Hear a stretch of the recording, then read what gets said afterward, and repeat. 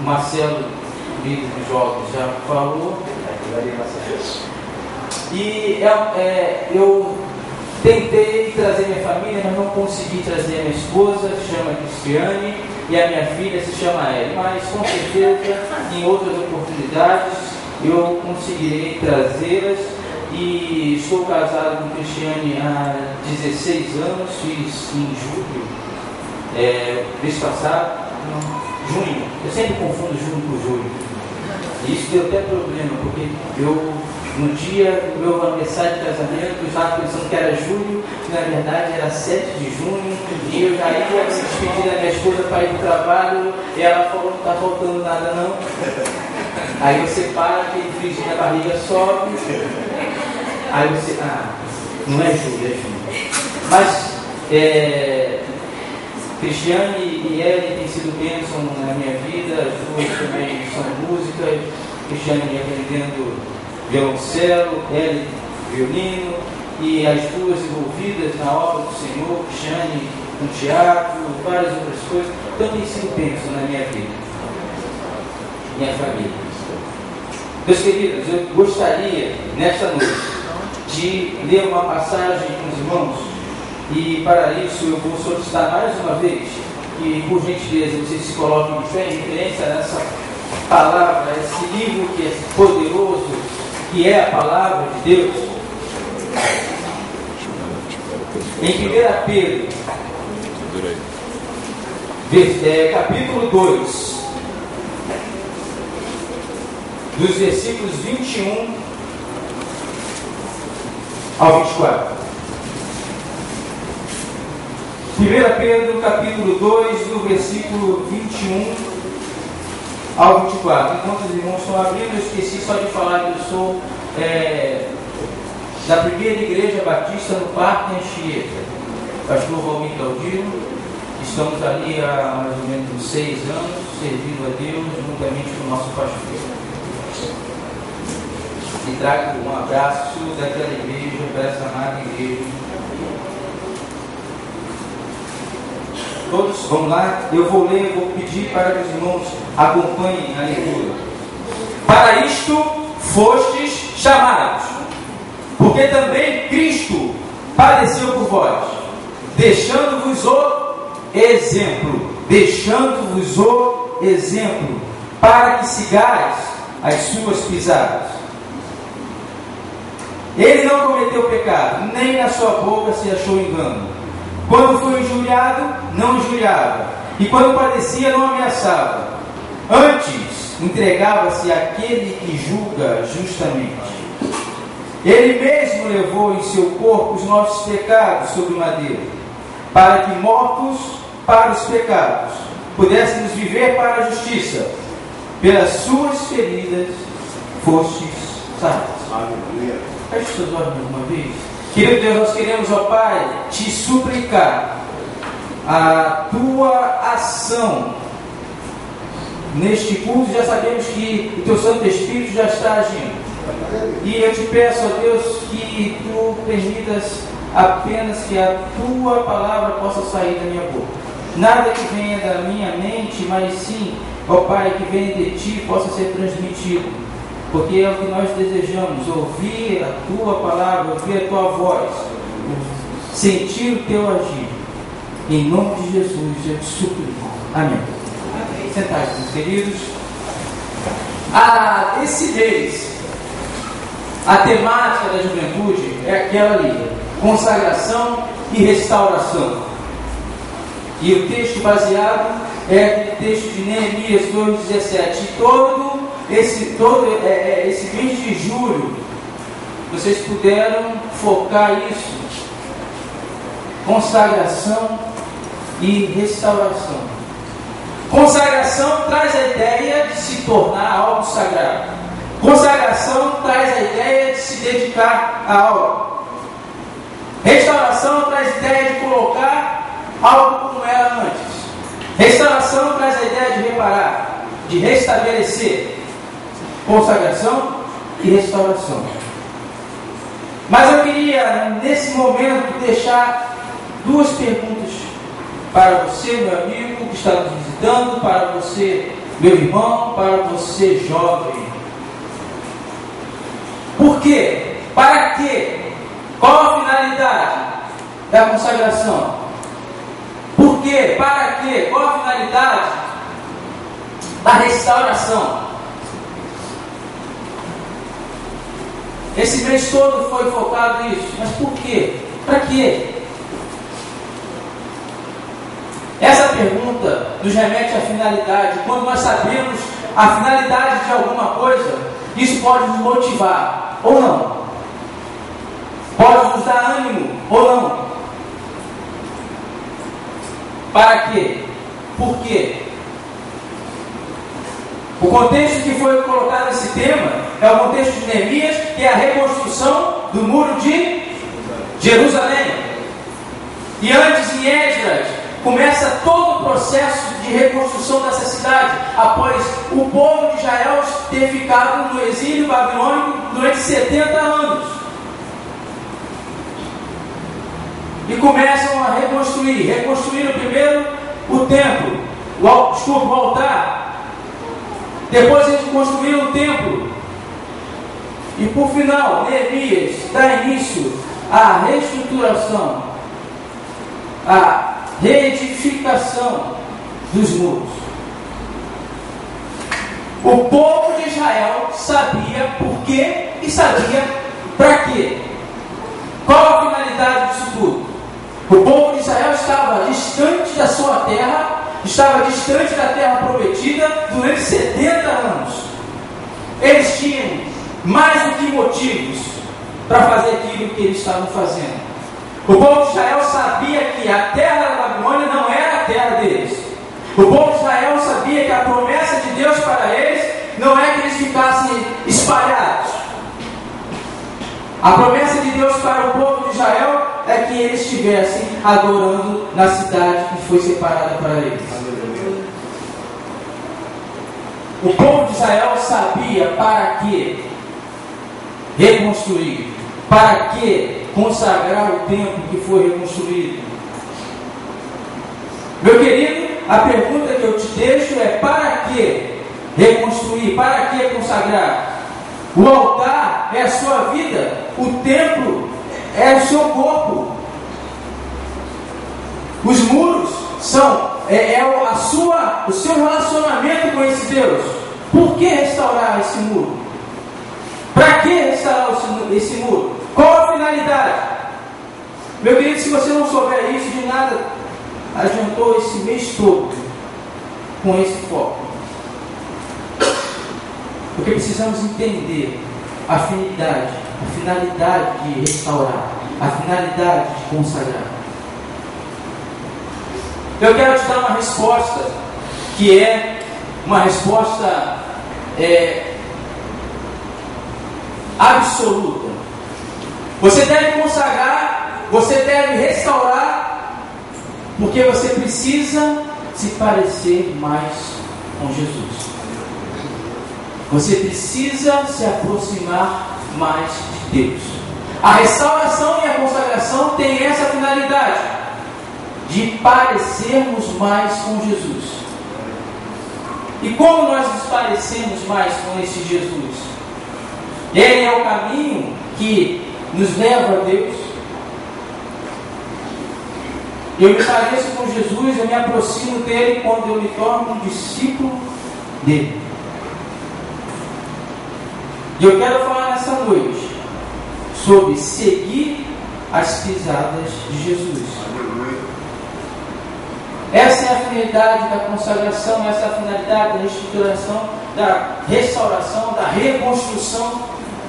Estarmos mais próximos de Deus, nos parecermos mais com esse Jesus.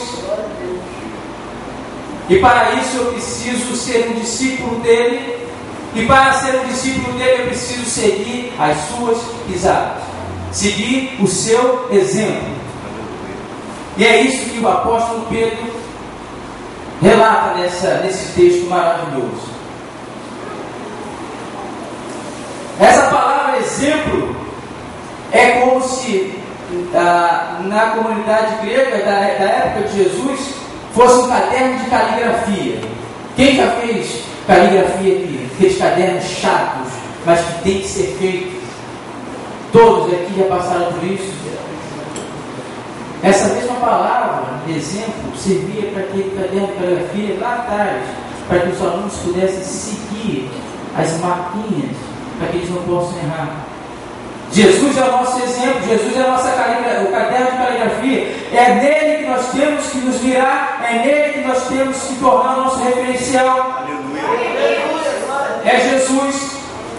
Meu amigo, se você não tem esse referencial na sua vida, você hoje precisa sair daqui com esse referencial na sua vida.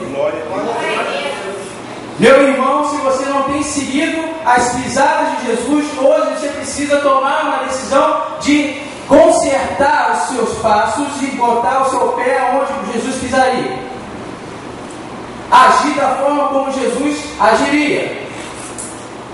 Ele é o exemplo.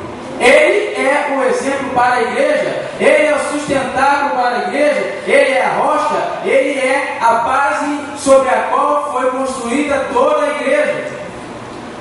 Amém? Jesus é o nosso exemplo. Mas Pedro não para por aqui. Pedro, ele dá alguns exemplos de atitudes de Jesus e eu vou ficar apenas nessas três atitudes. O que significa seguir as pisadas de Jesus?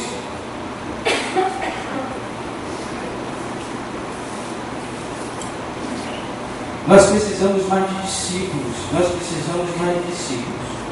Os crentes, os cristãos primitivos na época de Jesus eram identificados como discípulos.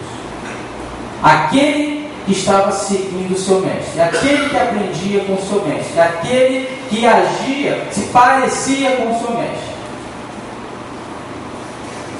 Há tempos atrás nós éramos conhecidos como os bíblios.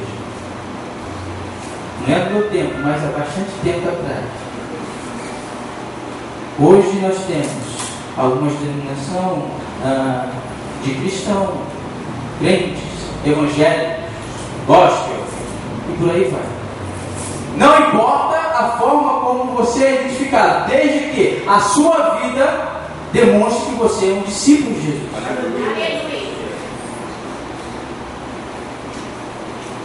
Pedro fala no versículo 22. Ele não cometeu pecado, nem na sua boca se achou engano. Meu querido, se você quer seguir as pisadas de Jesus, se você quer ser realmente um discípulo de Jesus, você precisa viver uma vida de santidade. E viver uma vida de santidade significa viver uma vida longe do pecado. Jesus é o nosso exemplo. Ele não pecou. Não quer dizer que nós consigamos aqui na terra não pecar. Nós precisamos viver longe do pecado. O pecado foi a causa da separação do homem com o seu Deus, com o nosso Deus.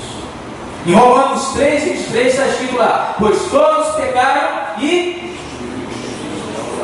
Onde estou? Pois todos pecaram e...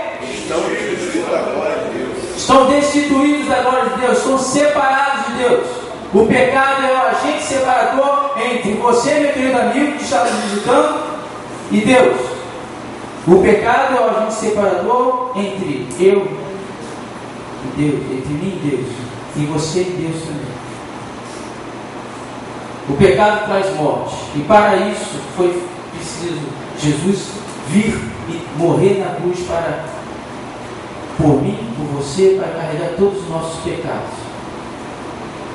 O pecado te separa de Deus. Meu querido jovem, meu querido irmão, eu quero convocar a você a não fazer parte da geração Pepsi.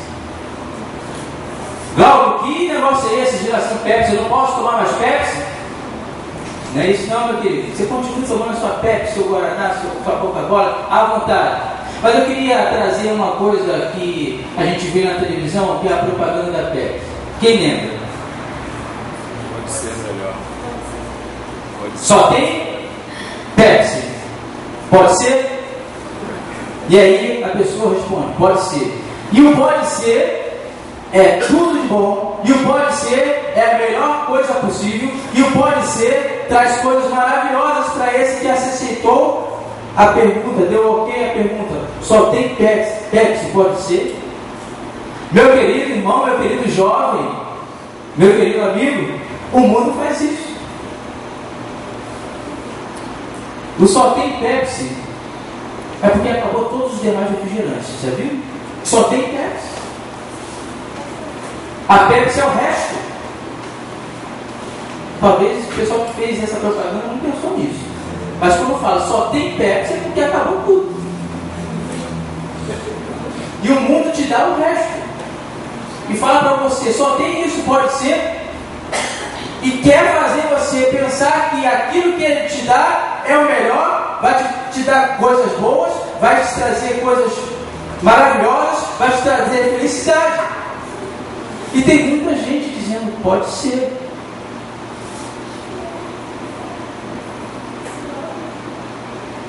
Jesus não era o resto. Ele era o primeiro, era o único Filho de Deus. E Deus não nos deu o resto. Deus nos deu a segunda opção, o caminho alternativo. Deus nos deu o melhor que Ele tinha. Aleluia. O seu único Filho. Glória a Deus. Porque eu e você não vamos dizer, pode ser para esse Jesus. A gente diz pode ser para tantas outras coisas. Por que a gente não pode dizer pode ser para o melhor? Para o melhor que tem para nossas vidas. Glória a Deus. A Bíblia fala que a vontade de Deus é boa, perfeita e agradável. Por que você não pode dizer pode ser para essa boa, para essa vontade perfeita, para essa vontade boa, para essa vontade agradável?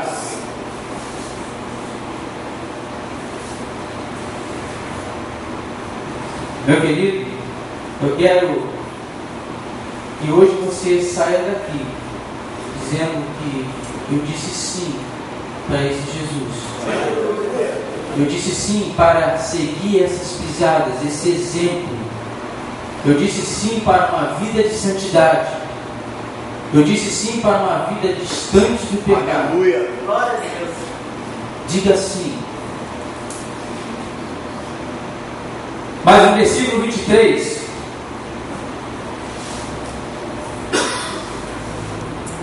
no versículo 23, Pedro continua. Mais uma atitude de Jesus que serve como nosso exemplo. Quando foi injuriado, não injuriava. E quando padecia, não ameaçava. Antes, entregava-se àquele que julga justamente. Meu querido, eu quero dizer para você nessa noite que há alguém que você pode entregar as suas lutas, as ações que você julga serem justas contra você.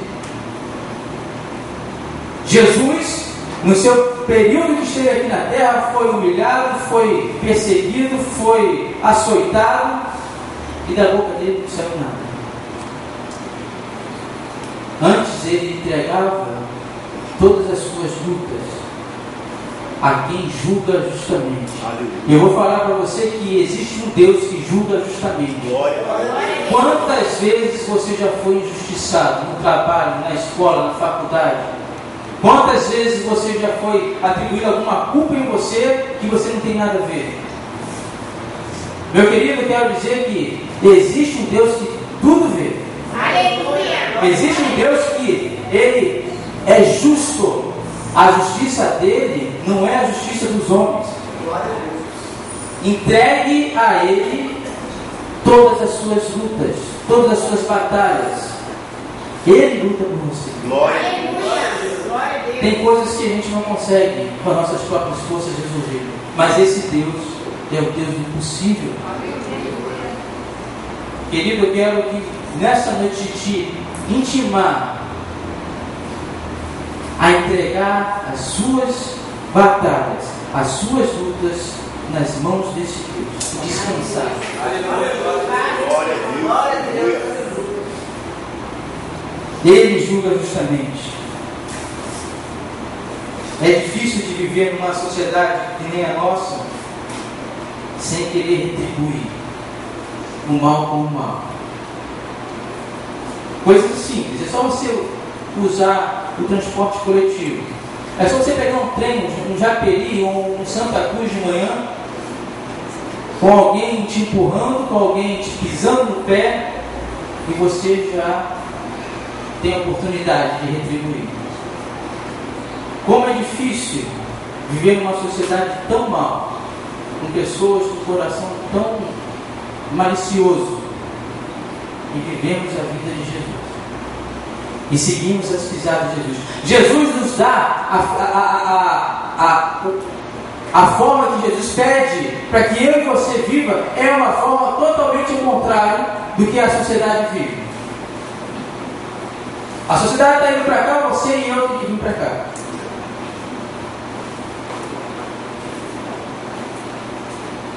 Seguir as pisadas de Jesus.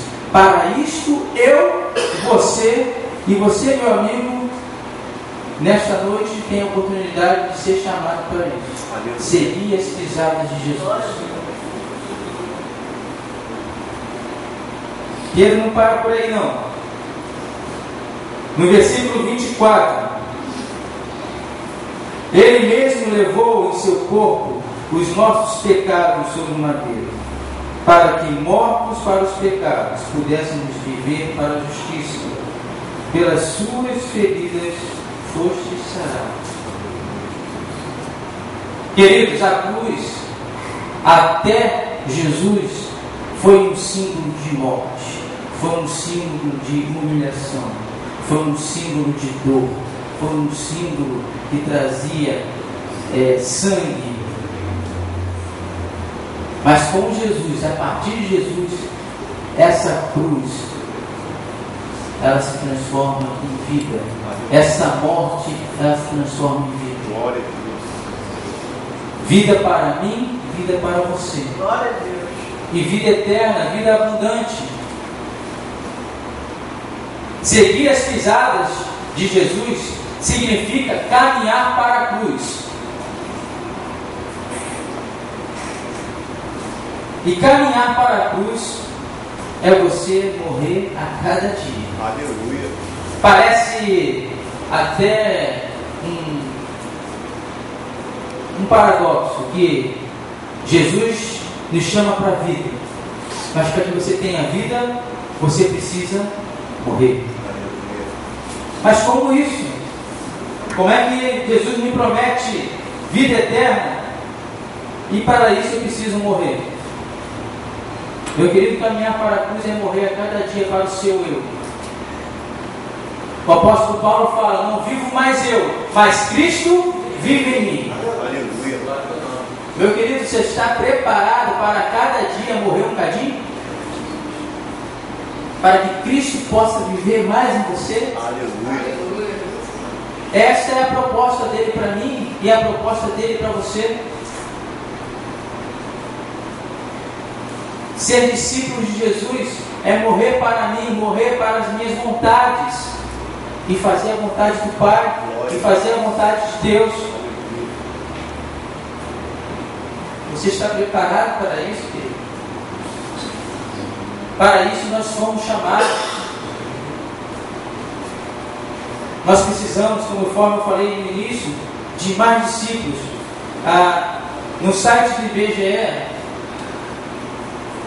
em 2010, o IBGE lançou uma pesquisa, uma estatística sobre a quantidade de evangélicos, o aumento dos evangélicos ou daqueles que se dizem evangélicos no Brasil, e tem um aumento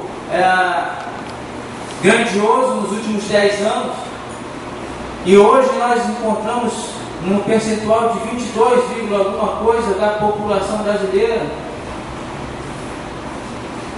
Mas parece um contrassenso que quanto mais os evangélicos crescem, deveria diminuir o quê? A violência, deveria diminuir a corrupção. Tem muita gente dizendo que pode ser.